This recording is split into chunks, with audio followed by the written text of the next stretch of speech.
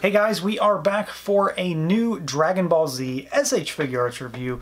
This is one that I gotta tell you right off the bat, I had no idea that this guy was gonna be this big because I haven't really been paying attention to posts and reviews for this guy. And we are, of course, talking about Majin Buu. This guy is massive. Look at this thing.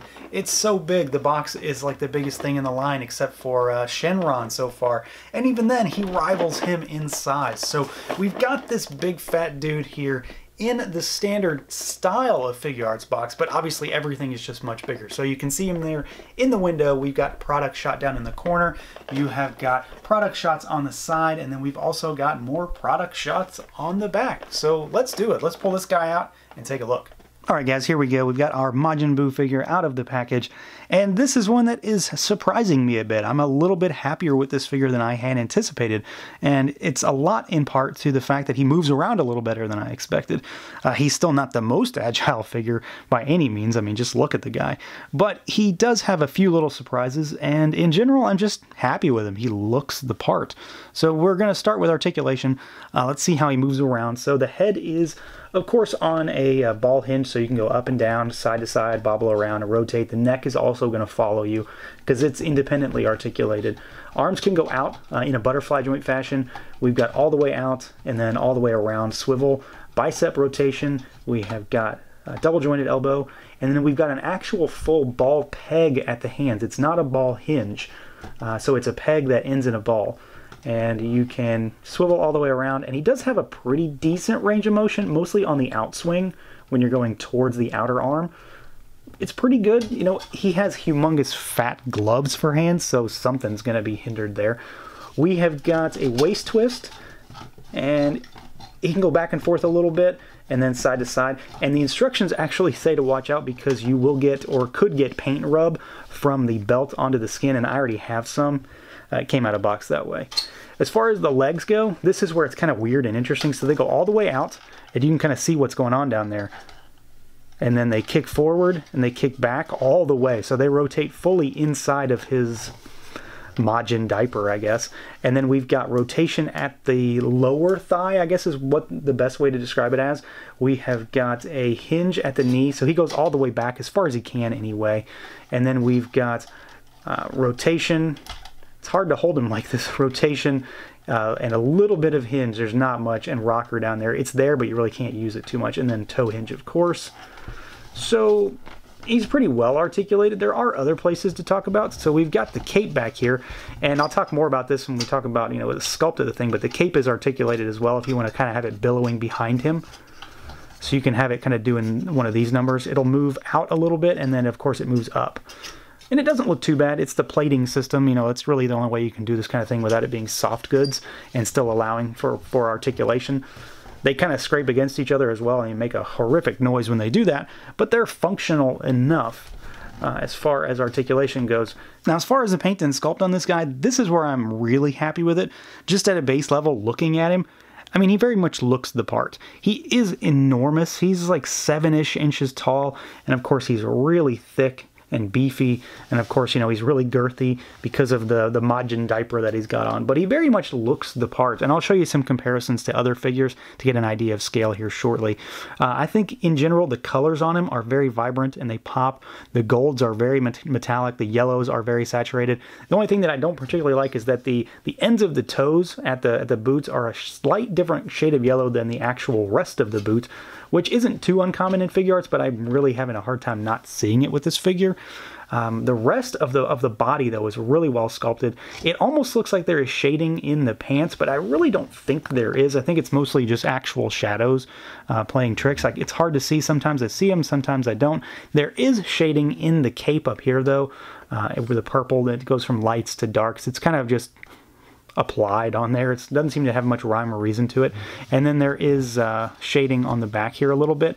The cape is the one part of the figure that I'm not entirely happy with, and mostly from an implementation standpoint. I think once it's on there, it looks pretty decent. It's not the, you know, like some of the Yamaguchi stuff, like Magneto, for example, where he's got the million plates and they go all over the place. This works well enough, and, you know, they kind of sit together, so they will kind of you know, touch each other and you can kind of overlap them a bit to make one cohesive cape. My real issue is that it took me forever to get this thing on. So each plate pegs into a hole on his back, and that's where you have your pivot, so you can actually lift the plates up, and it just took forever for me to finally get those in there.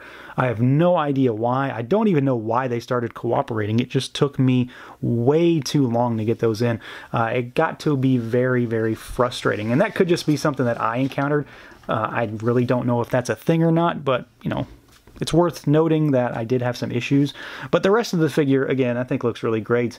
I could have maybe used a little more shading here and there, but the colors are really saturated. The blacks are very, very deep. I really like the M logo on his belt. The head sculpt is fantastic. I love his little antenna that pops up the back. The little black embellishments for the dots and the little ears that he has on the side of his head. Not to mention the printing on the face. It's minimal, but it's really, really nice. So in general, I think he very much looks the part, and he's just a humongous addition to the set now. Now, as far as accessories go, we don't have a ton. Don't get me wrong, I would have loved to have had more, but I do think that we probably would have gone up in price point had we gotten more, and he's already on the high side, so I'm not going to complain too much. But, you know, more is always better for the most part. We've got extra heads, hands, and then one additional accessory. So let's start with heads. And we've got this guy here as the kind of evil, smirking, eyes open Buu. So this is the only head where his eyes are actually open. And then we've got this guy here, which is his tongue out laughing head. This might be my favorite of the bunch. This might be what I use to display him with. We've got two extra sets of hands. We have got these guys here. We've got the kind of finger gun style hands, so the pointing hands or gun hands, whatever you want to call them. And then we've got these guys, which serve dual purposes. So we've got the open palm, but gripping hand, so you can kind of use them as like a, you know, bring it on kind of pose. But you can also use it to hold on to the other accessory, which is this. So he comes with the chocolate bar. This is quintessential Buu, and if you've seen the show, you know what he does and where this comes from. It's sculpted really nicely. You can see the foil wrapper is kind of crinkled down all over it. Nice paint applications, nice sculpt on the chocolate bar.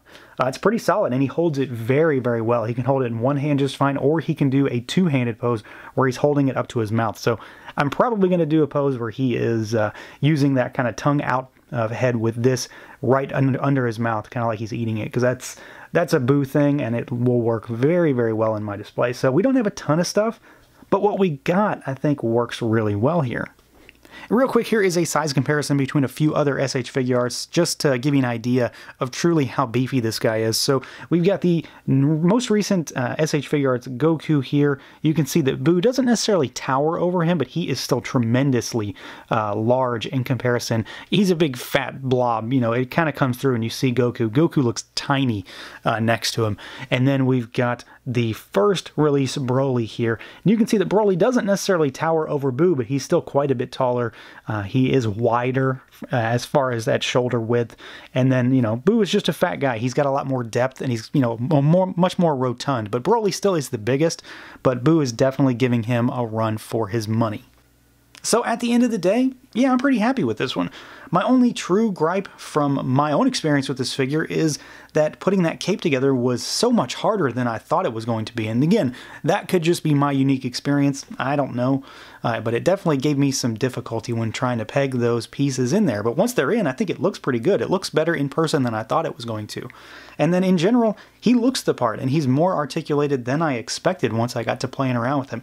And he's definitely humongous. He's going to fill up quite a bit of space in one of my cases. So I'm happy to have him, and I'm looking forward to getting more versions of this pink dude down the road. So that's going to do it for this look at the SH Figuarts Dragon Ball Z Majin Buu. Let me know what you guys think. Feel free to like, comment, subscribe, and share, and until next time.